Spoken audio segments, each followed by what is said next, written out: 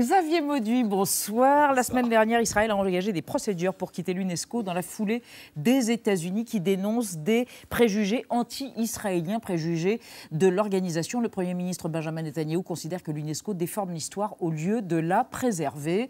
Car en Israël, l'histoire et l'archéologie sont des enjeux politique, évidemment. Et alors, un nouveau tronçon du mur des lamentations vient d'être découvert à Jérusalem. Évidemment, vous vouliez nous parler de ça. Bah oui, c'est ça. Des archéologues israéliens ont annoncé leur découverte incroyable. Ils en sont très contents. Ils ont dit à la presse internationale, regardez, voici un nouveau bout du mur des lamentations. Vous savez, ce mur qui a été construit sous l'Antiquité pour soutenir l'esplanade du Temple. Alors bon, le Temple, lui, a été détruit, mais le mur est resté un lieu de prière et de recueillement pour tous les Juifs du monde entier qui viennent là. Alors la grande surprise des archéologues n'est pas tant d'avoir trouvé un nouveau bout du mur, ils sont très contents quand même, si. Non, c'est surtout qu'en creusant, ils sont tombés sur un édifice circulaire. Oh, grosse surprise, quelle est cette chose-là? Ah ouais? Eh bien voilà, c'est un théâtre, c'est le plus ancien bâtiment public romain mis à jour à Jérusalem. Et la trouvaille est d'importance, parce que depuis des siècles, il y a une question qui intrigue tous les historiens,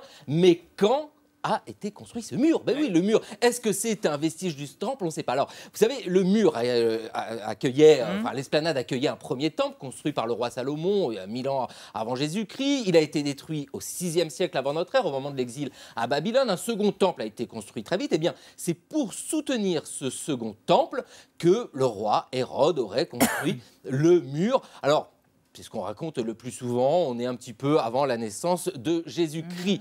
Eh bien, c'est ce mur qui est découvert, mais le mur occidental, parce qu'il n'y a que nous qui parlons du mur des lamentations, ce mur occidental est complètement remis en cause dans sa datation. Depuis 2011, quand des archéologues, d'autres archéologues, ont creusé sous le mur, et ils ont trouvé des pièces romaines datant de 17 après Jésus-Christ, c'est-à-dire après la mort d'Hérode. Donc, ça veut dire que le mur a été construit du vivant de Jésus. Jésus, bon, qui était un peu charpentier, mais il aurait pu dire bonjour à ses potes maçons qui étaient là. Mais c'est important, ça a été construit de son vivant. Ça veut dire que ce qu'on appelle, nous, le mur des lamentations, a été construit dans une Jérusalem complètement romanisée. Ce n'est pas un reste du temple.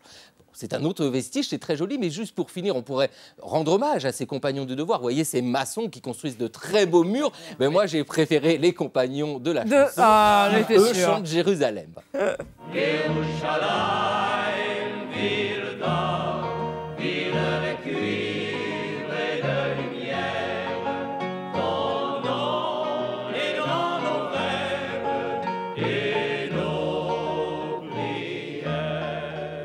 Oh, c'est beau, c'est profond. C'est plat, non. Ce sont les compagnons de la chanson. Bon, bah évidemment, les seuls, les uniques.